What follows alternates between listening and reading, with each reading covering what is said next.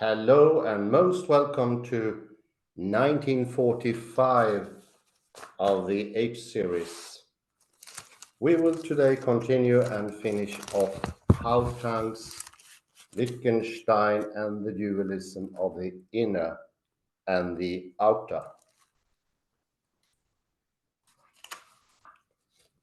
Last time we took a careful look into how the sensuous, especially in figure 7, how the sensuous interpenetrate into the conceptual, and how in the end there is no possibility of telling what is the start and what is secondary, what is originary, what is derived. Hao Tang uses a method of showing with grafting how everything gets grafted into each other. And for each grafting, more complexions are added. In a grafted tree, there is no possibility of knowing what's the real start.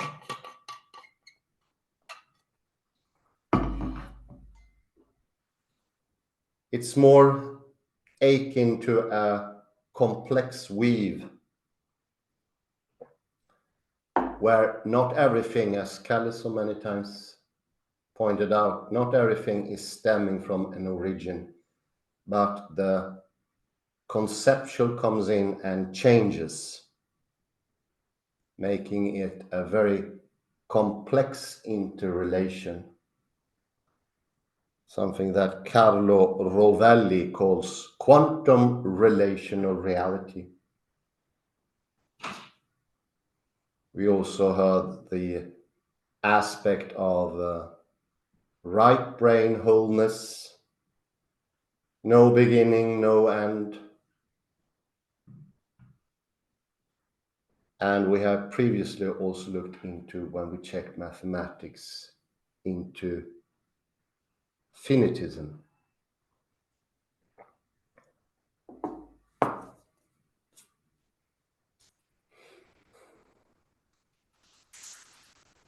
And do not confuse this with a criticism of intellectualism. No, it's not what it is about.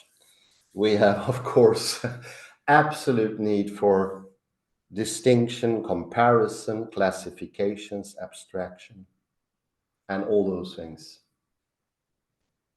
It's more that the senses doesn't take the leading post.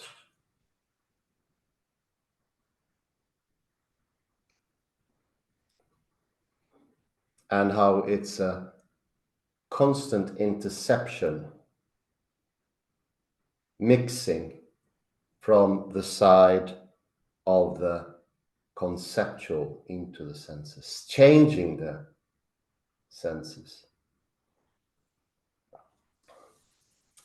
Lisa Fieldman Bartet, I think this is her name, she's into the same strand. She says that emotions are mini plans thought out at some instant and then executed so quickly that we think that they are ingrained or engraved in our consciousness. She does not really agree on that.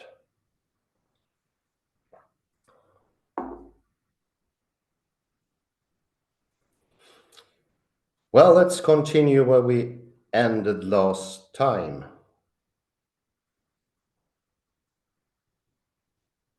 We are now down at page 92.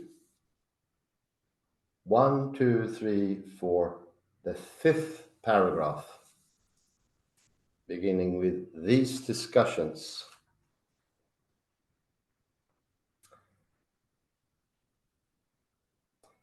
These discussions only scratch the surface.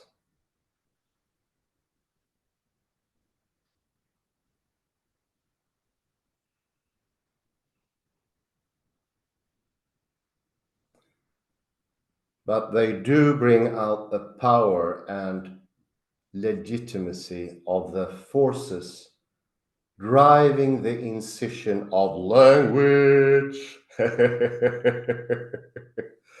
Language. This should generate a sense of ambivalence,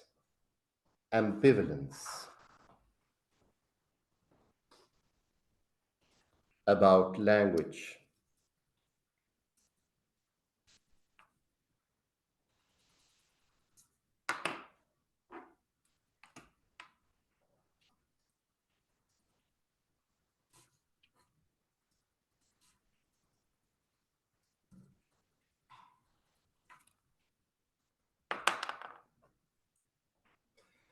There's a kindred ambivalence about language in Wittgenstein.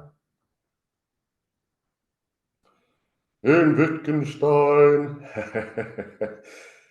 it runs deep in him in a way that echoes Kant's ambivalence about reason. Reason.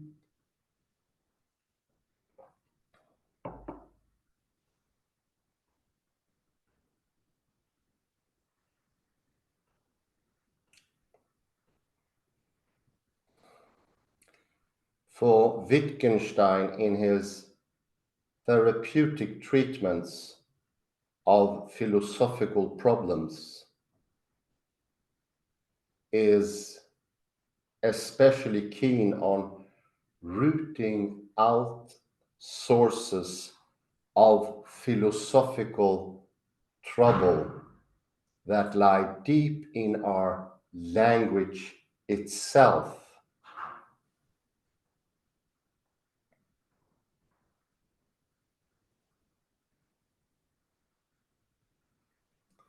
So his therapeutic philosophy can be called a critique of language.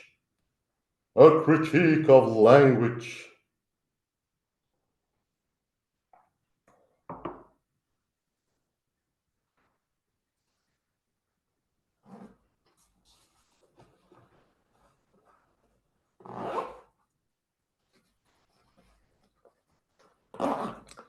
This is meant in a broadly Kantian sense,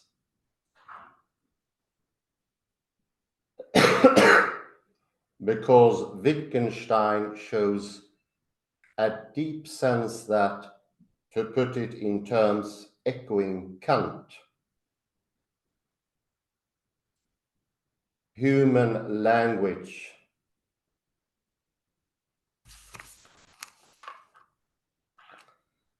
has the peculiar fate of being a double-edged sword. Sword, sword. A sword. It enables us to understand, but at the same time also tends to make us misunderstand. Misunderstand. Oh dear.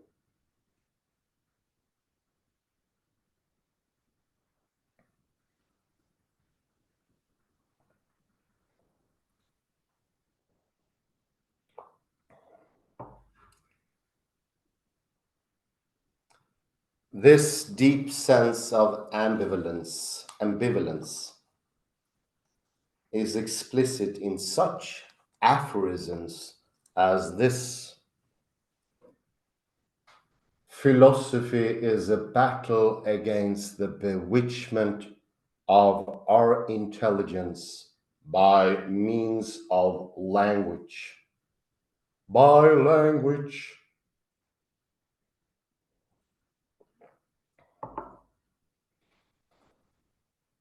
By language.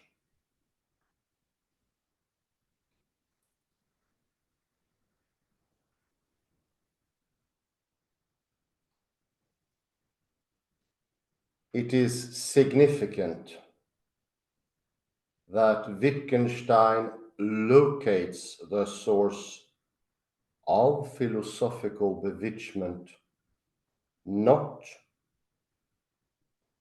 in philosophers, but rather in language itself.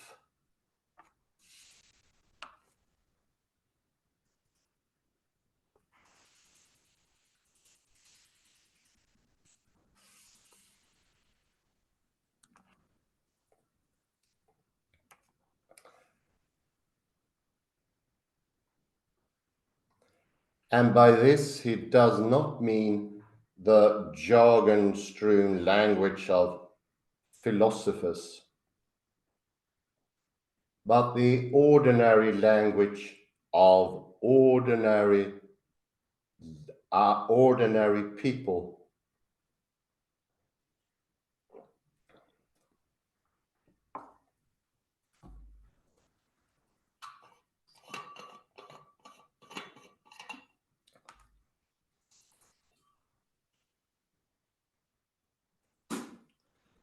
What philosophers think and say are much less important when it comes to identifying the roots of our bewitchment than what ordinary folk using ordinary language think and say.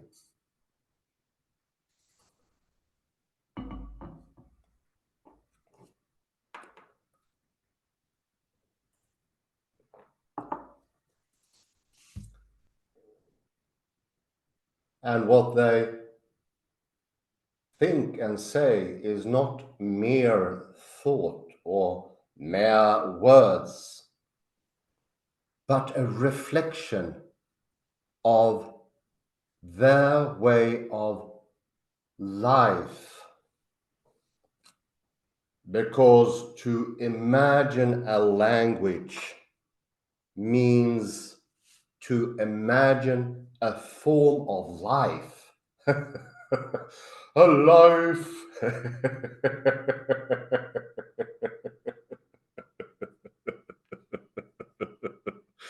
Life.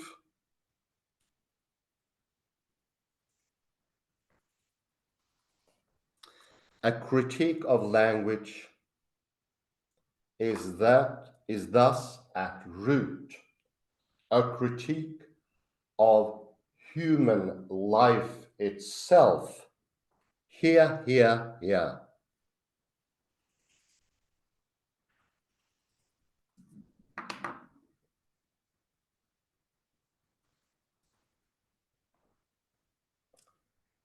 Wittgenstein's critique of language is directed, on balance, much more at language as one's already acquired intellectual equipment than a language as it is being acquired. Acquired! It seems that the earlier stage of language acquisition, the less he treats it in a critical spirit.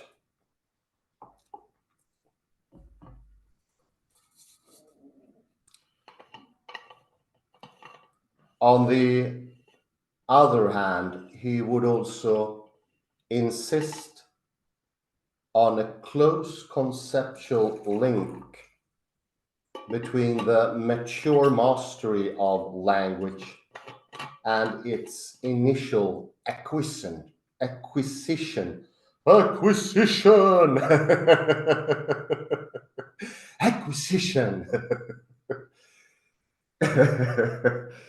It is along this linkage that I have extended the spirit of critique all the way to the earliest stages of acquiring a language.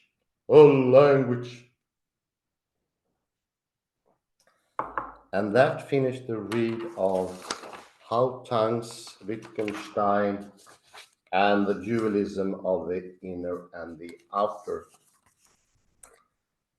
I will now take the liberty to start a new article and see if we can parallel them a bit. Cal's been so kind to already gather the article. It's Severin Schroeder or Skruder, A Tale of Two Problems, Wittgenstein's Discussion of Aspect Perception, by Severin Schroeder. Has a lot of consonants there at the very start.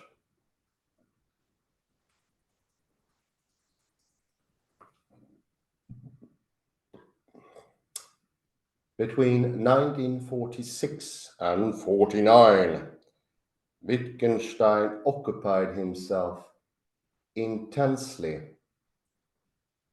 with the topic of aspect perception or seeing as.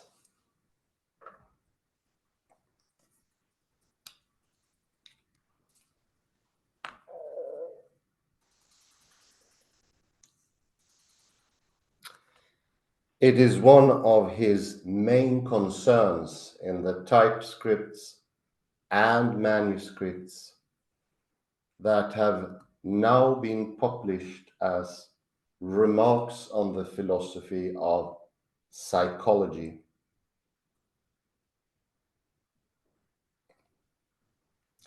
And Last Writings on the Philosophy of Psychology.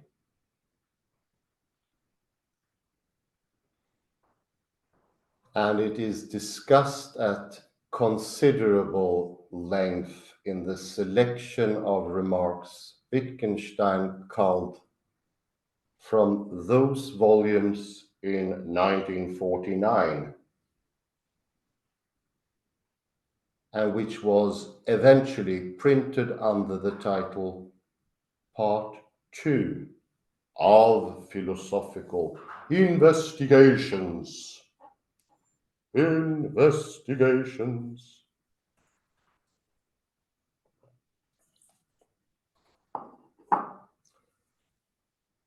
Half a century later, it is probably still true that Wittgenstein's treatment of aspect perception continues to be one of the least explored and least understood of the major themes in his later philosophy.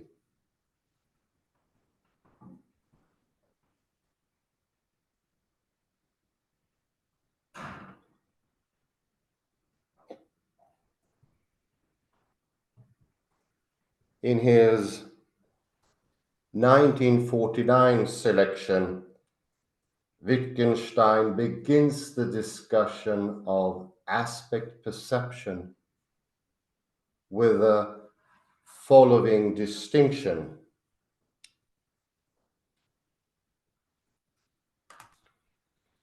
Two uses of the word see. The one, what do you see there? I see this. And then a description, a drawing, a copy.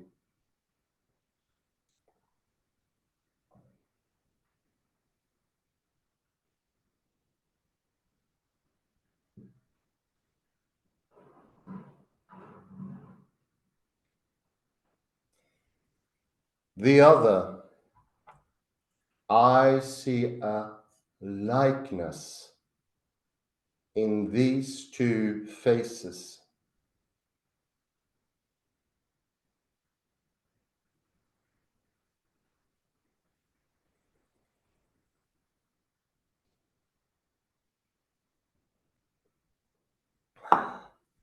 Let the man to whom I tell this be seeing the faces as clearly as I do myself. I do myself. Indeed.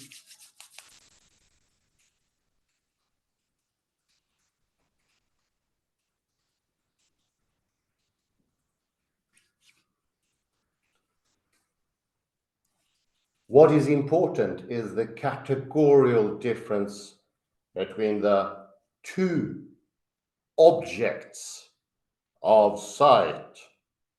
Of sight.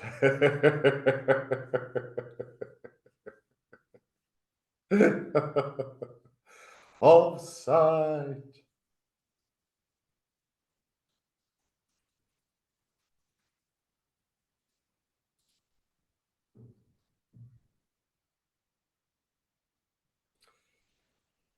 I observed a face.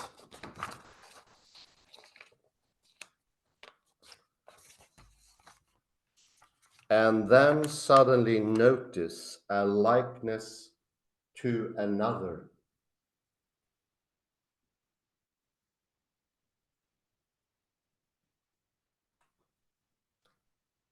I see that it has not changed,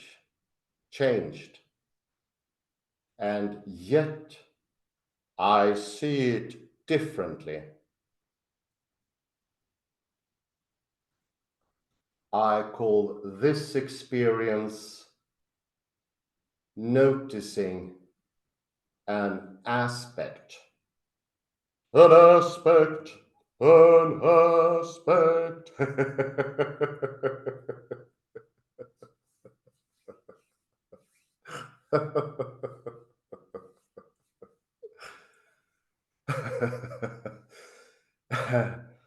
Seeing a likeness between two faces, A,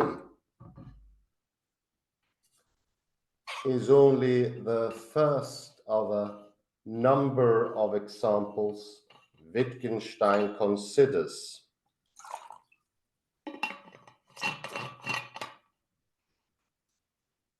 Others are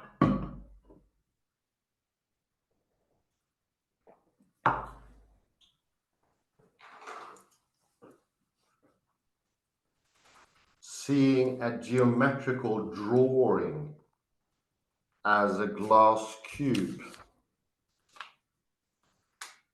or as an inverted open box,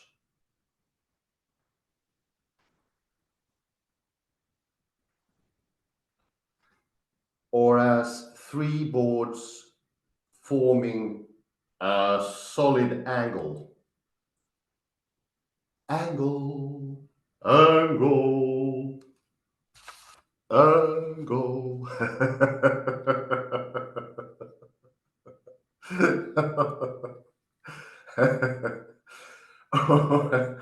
Or again, seeing a triangle as a triangular whole.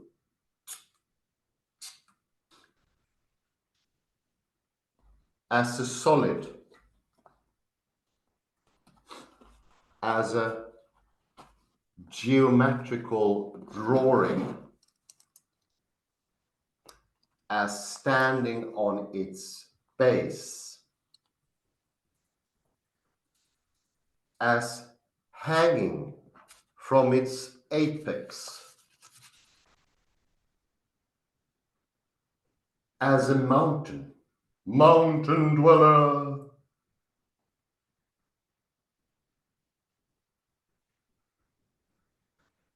and as a wedge,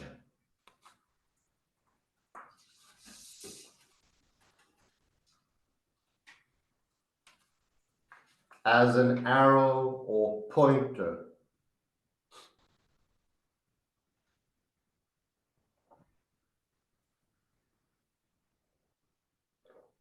as an overturned object, which is meant, for example, to stand on the shorter side of the right angle.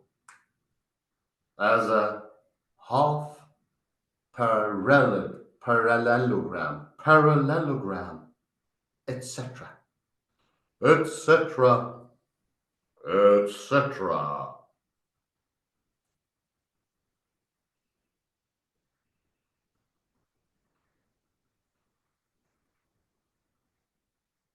Seeing an ambiguous puzzle picture in one way, for instance, seeing a rabbit's head in what at first glance just looks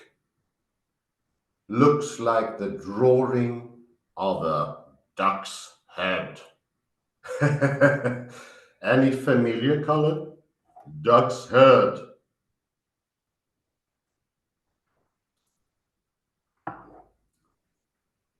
Or a human figure where there were previously branches.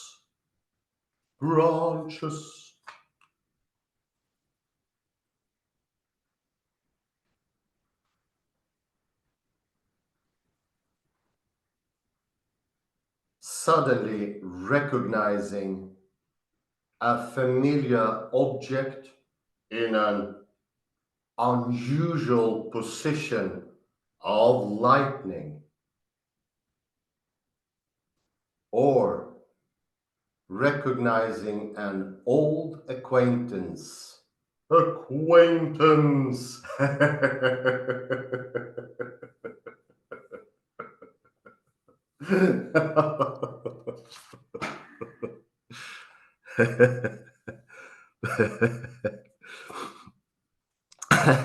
Excuse me. Seeing three-dimensionally.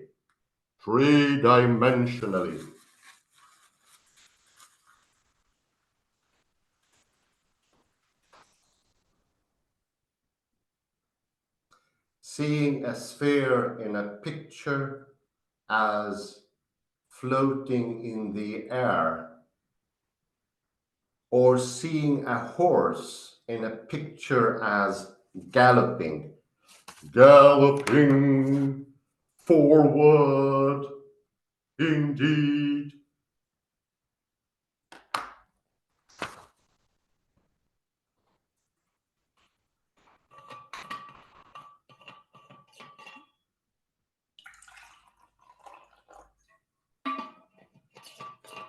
Aspects of organization. Seeing a row of four equidistant dots, either as two groups of two dots or as two dots in the middle bracketed by a dot on each side.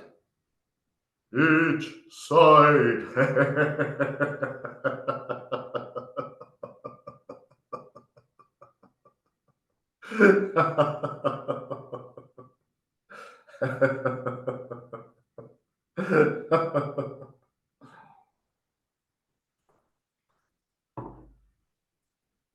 What is the point of Wittgenstein's persistent discussion of such cases?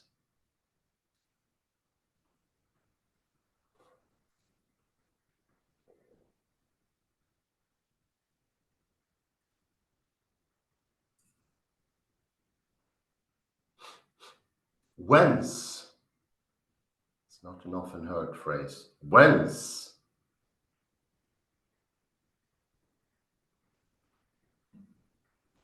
his tenacious interest in those phenomena, proto-phenomena.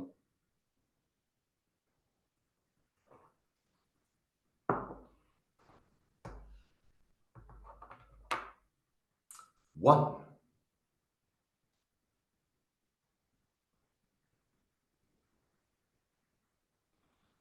continuous and episodic aspect perception. Perception.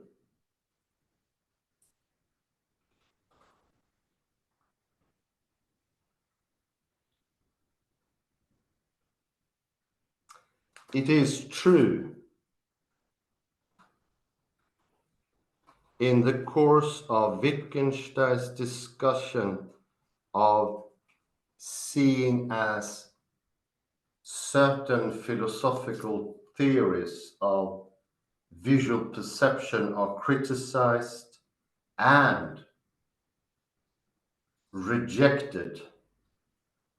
But as Stephen Mulhall rightly notes, the attraction and defects of those theories,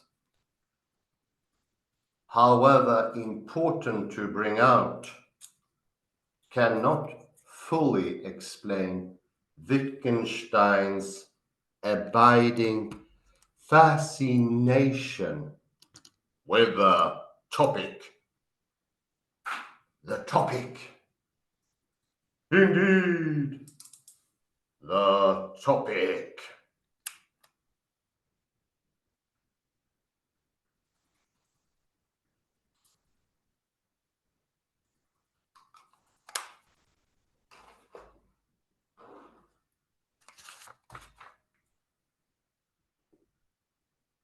According to Mulhall's own interpretation, Wittgenstein wants to teach us that aspect perception is a ubiquitous phenomenon. Phenomenon. Oh dear.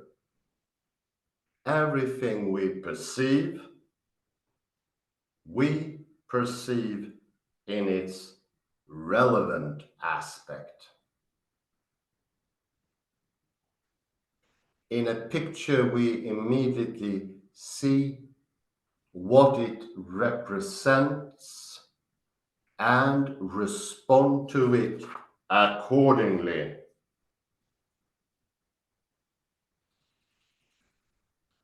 Accordingly.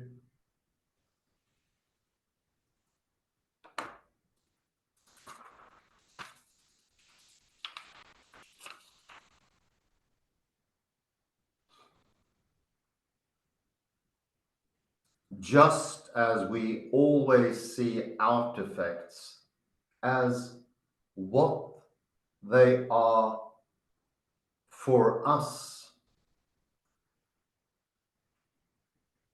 what roles they play in our lives, or again, we generally experience words as having a certain meaning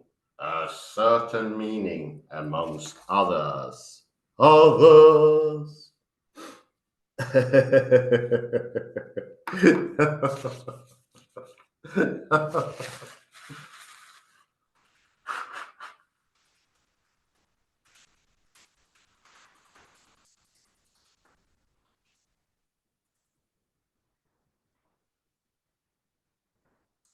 That is, we always take up the attitude towards objects that Heidegger calls readiness to hand, Zuhandenheit. Zuhandenheit.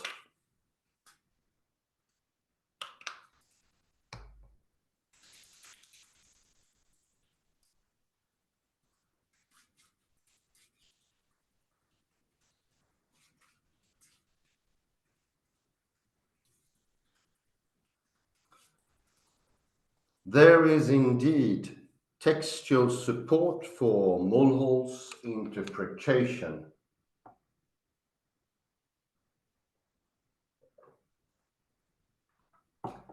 Wittgenstein emphasizes the distinction between knowledge of an aspect, say, what a picture represents and actually seeing it.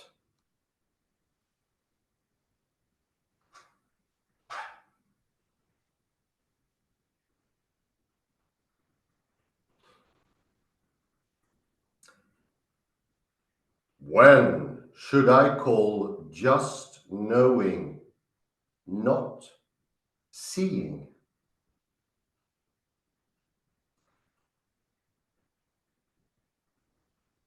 Perhaps when someone treats the picture as a working drawing, reads it like a blueprint. Blueprint.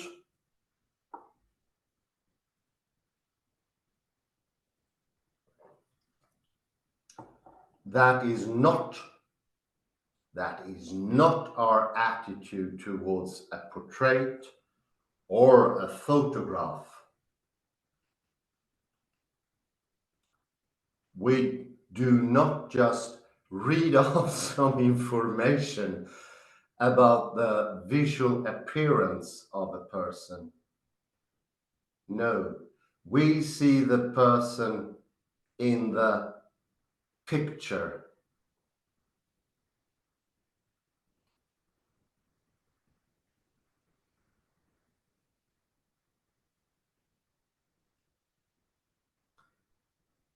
We view the photograph, the picture on our wall, as the very object, the man, landscape, and so on, represented in it.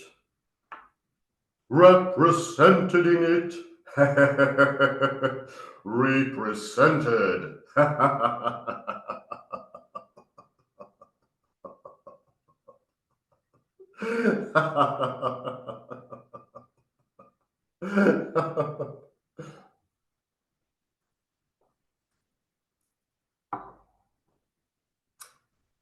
Of course, that is not to say that we uncritically accept every portrait as accurate.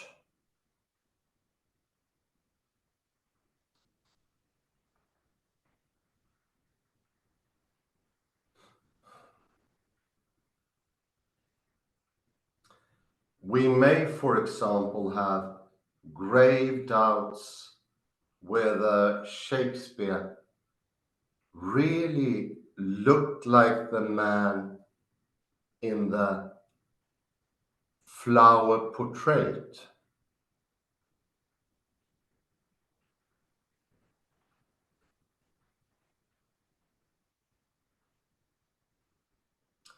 Wittgenstein's point, however, is that when looking at that portrait, we see a man with a moustache, the picture's internal subject,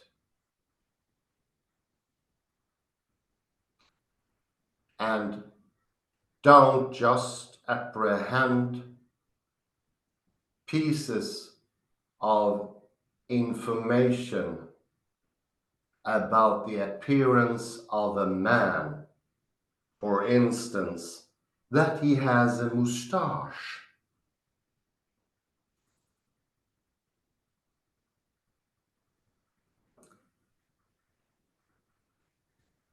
It is noteworthy that here Wittgenstein applies the seeing as locution to ordinary and unambiguous pictures.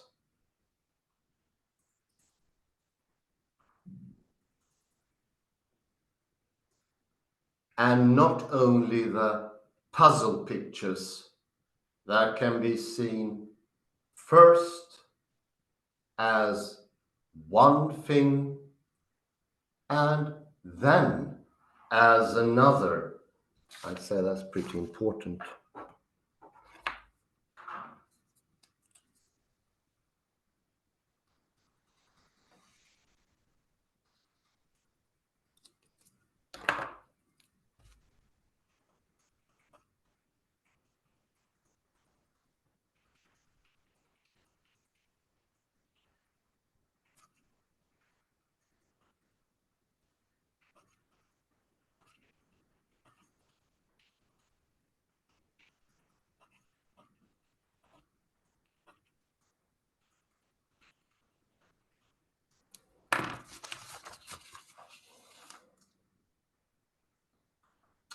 In the latter case, we may suddenly notice new aspects which light up, so to speak, very important. Whereas the former can be called the continuous seeing of an aspect.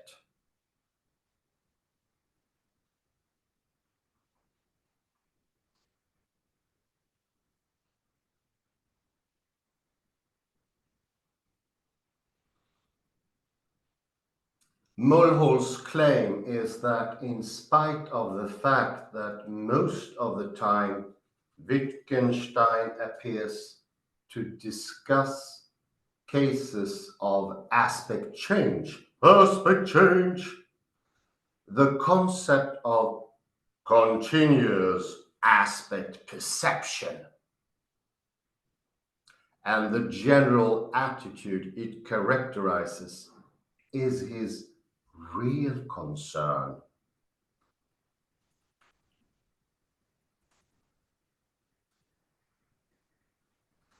The same view was expressed some 20 years earlier by P.F. Strawson.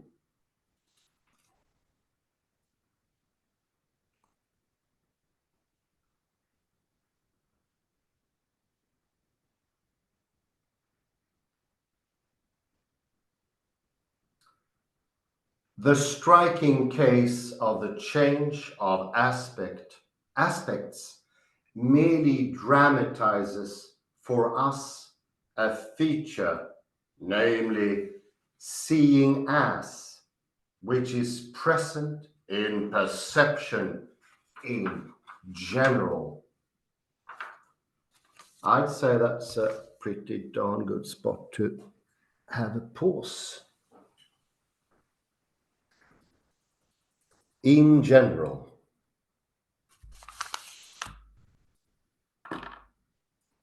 What do you say, Kalle? Absolutely. Schröder and in general. Page, what is this page? Page 3, I think. No, 354. Yeah, okay, thanks. And there we end 1945. 1945, the war ends.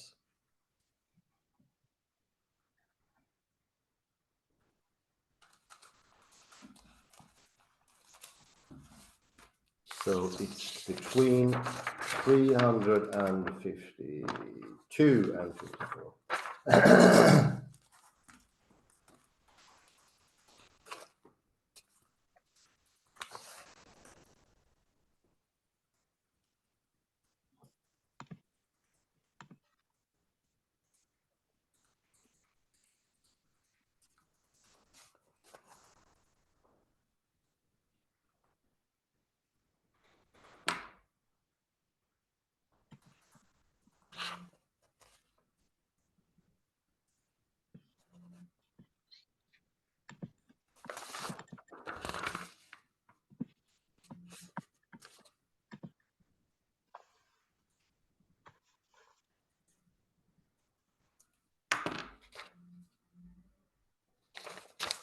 Let's see, VPLA.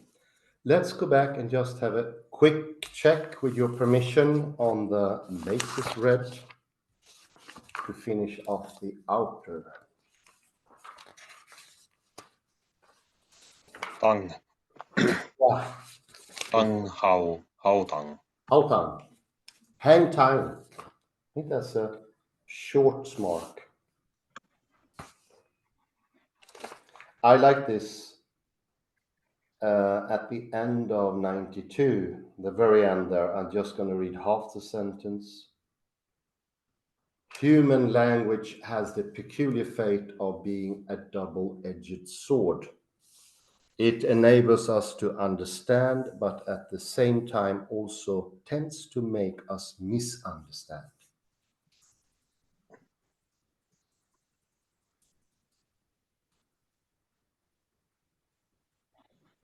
And of course, this is a quote from Kant, but I think here maybe it could be rather that it is not a double-edged sword. I think the ambivalence in language is what makes language possible to understand.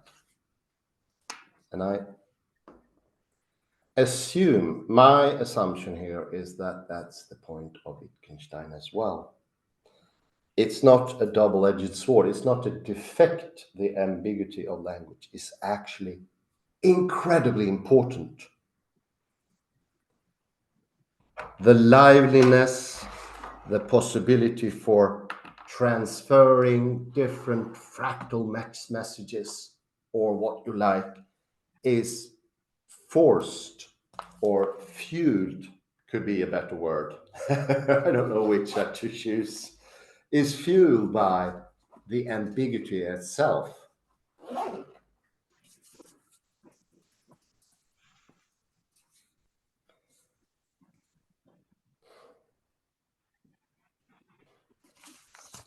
And there's a clarification which is very good. It's been misunderstood by so many interlocutors. And it's the last paragraph. It is not a critique of language. It is much more at language as one already acquired intellectual equipment than at language as it is being acquired. It's a very important difference. It doesn't strike at language at all. I would say, my opinion, that goes for me, he defends language. And now we can extend that by jumping to Schroeder.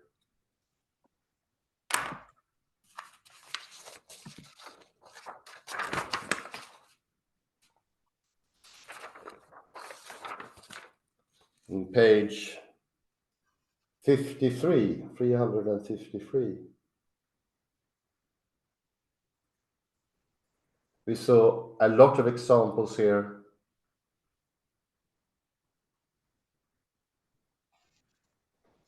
How we can see ordinary drawings, things, and I especially like the triangle we talked about much earlier, like, I don't know, 1500 episodes ago.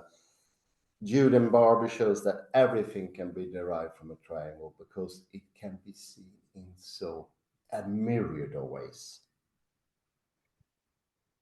And especially if we add the feature of having no scale, which we know is the feature of the universe. Three boards forming a solid angle. We can see it as a triangular whole, as a solid, as a geometrical drawing, as a standing on its base, as hanging from its apex, as a mountain, as a wedge, as an arrow or pointer,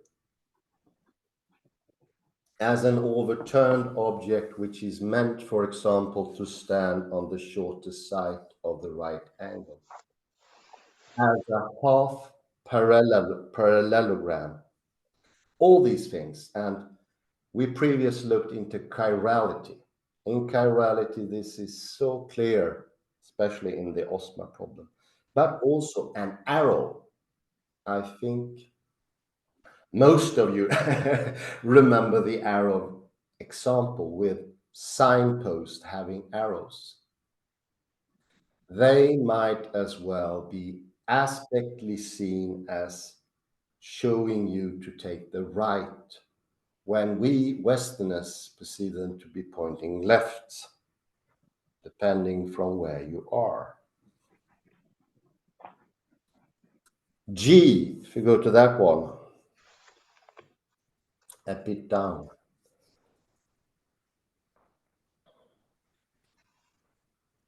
Aspects of organization, seeing a row of 4 equidistant dots, either as 2 groups of 2 dots,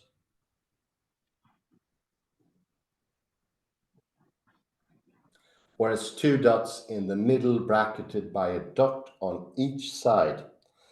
This, as is, think of the classical physics, where dots are perceived as an aspect in a peculiar way. That is not questioned by, for instance, quantum mechanics or Julian Barber like that. But there's another aspect altogether. There is no ultimate reality in that. It doesn't end there.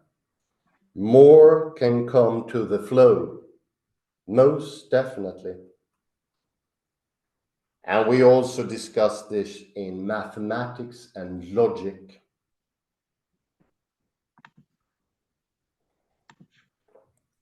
The law of contradiction is not as it is in the West, in, for example, India or the East.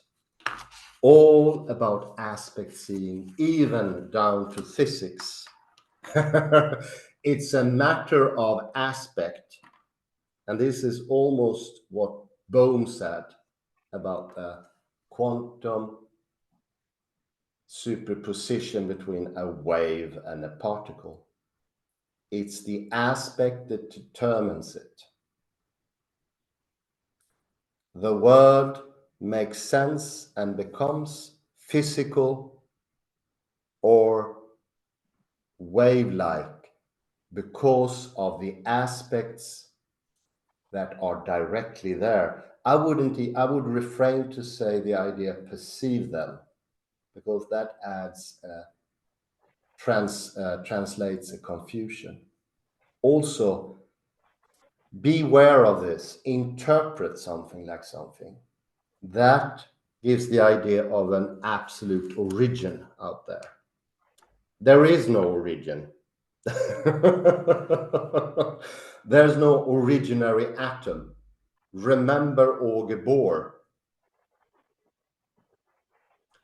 Don't see the atom as real, as an existence. See all the different aspects of what we are doing. Wave, particle, quantum relations, and so forth, and much more.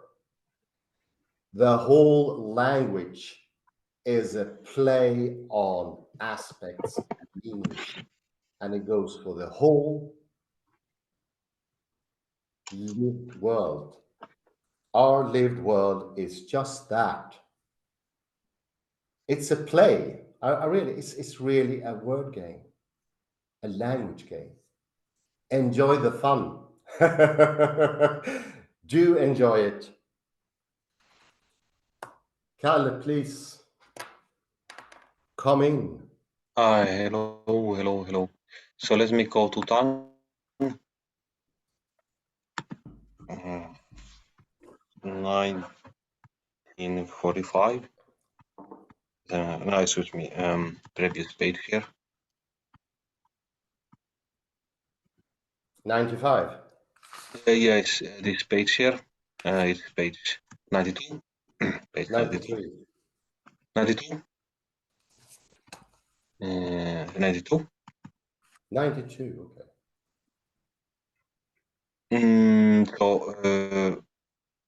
Tang writes, there is a kindred ambivalence about language in Wittgenstein.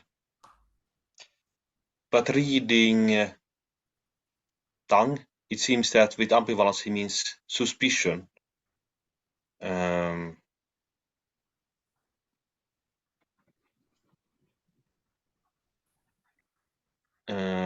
Because he gives this term to Wittgenstein's philosophy, a critique of language. And this is, I would say that for Tang, language is, Wittgenstein views language in a suspicious manner. Ah, That yeah, might, I see what you mean. If you see the next sentence, he means it, and I don't completely agree with him, but it's broadly in a Kantian sense. or rather in a Platonic way. Yeah, Plato yeah. was highly suspicious of language. To say it like this, I would say that Tang makes a Platonic reading of Wittgenstein's view of language, because Plato was highly suspicious of language. He says that you should really go to the ideas. Language is for sophists. Oh, yeah.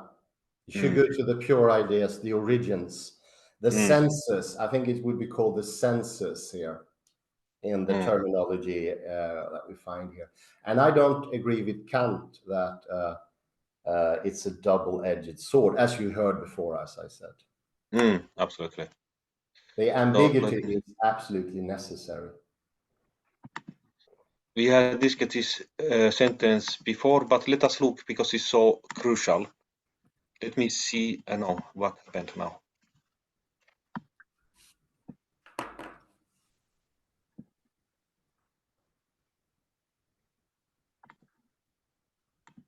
So I have argued in the past that you can understand it both ways. So this is by the resource of language. Yeah. You can also place it, philosophy is a struggle by means of language against the provision of understanding. Yeah. Well, yeah. The I old like that one. Good translation, one. Good one. thank you. The old translation was by means of language. I think it Ah, sounds better. So you can understand both are absolutely legitimate. So philosophy legitimate. struggle Yeah. against provision of our language by means of language, or Mm. philosophy is a struggle by means of language against the provision of our understanding. Yeah. And Definitely. Very let good. us check if it fits also with the German, because this is all sounds good, but does it fit with the German? So it's very important we see what the German says here. Die Philosophie ist ein Kampf gegen die Verhexung unseres Juder Submiter, durch die Mittel unserer Versprache. So Durs is the means. So the question is, does German allow to understand, to place it like here? Die Philosophie ist ein Kampf durch die Mittel unserer Sprache gegen die Verhexung unseres Verstandes. So I think that the German would allow. So durch die Mittel unserer Sprache it's not a fixed position, so to say. Okay. Yeah. No, as far as I I can do like that. understand. Yeah, I do like that. Very good. Durch die Mittel. So by the means of our language. So it's 50-50. So it's not. So we could Wittgenstein say it's a double-edged sword. He speaks No. about Kampf in one Yeah, way. I think that was Kant's saying there. Yeah, yes, as I know. But let's. But still, we have the image of Kampf, that is battle. But I don't know. So the philosophy is a Kampf durch die Mitte unserer Sprache. So Sprache would be, so to say, the sword. We read it like Kant. Okay, I see. But I don't know. Is it possible? Die Philosophy is ein Kampf. Could be durch die Mitte unserer Sprache. So in order not to get so to say, bewitched, we need to view the language as a means. Yeah.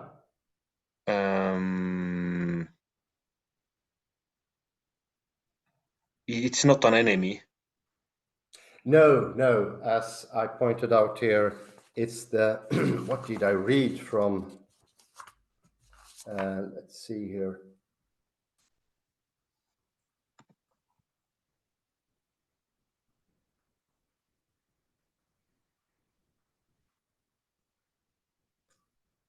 Much more at language as one already acquired intellectual equipment.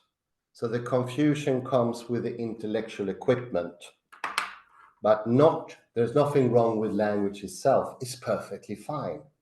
It's even going to get even, I don't know if it's a good term, even more natural.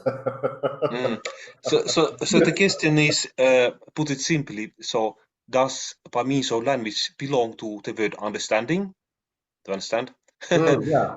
Or does it belong to this struggle by means of language? Does it belong to struggle or does it belong to understanding? And I think the German allows for both options. Let's see it one last time.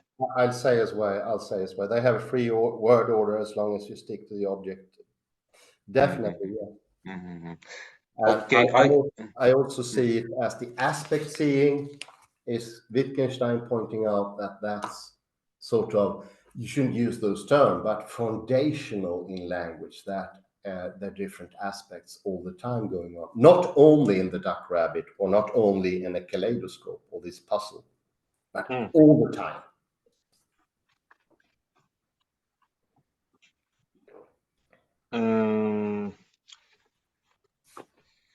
Should I also comment on that paper? If you got time, I think you're off to the LP. I should be continuing. Perhaps we could read it to next time. We can do it next time if you want to, but do as yes, let's do it next time. Okay, are you sure?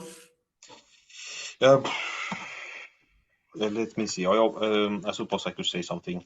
So page 3 in the PDF.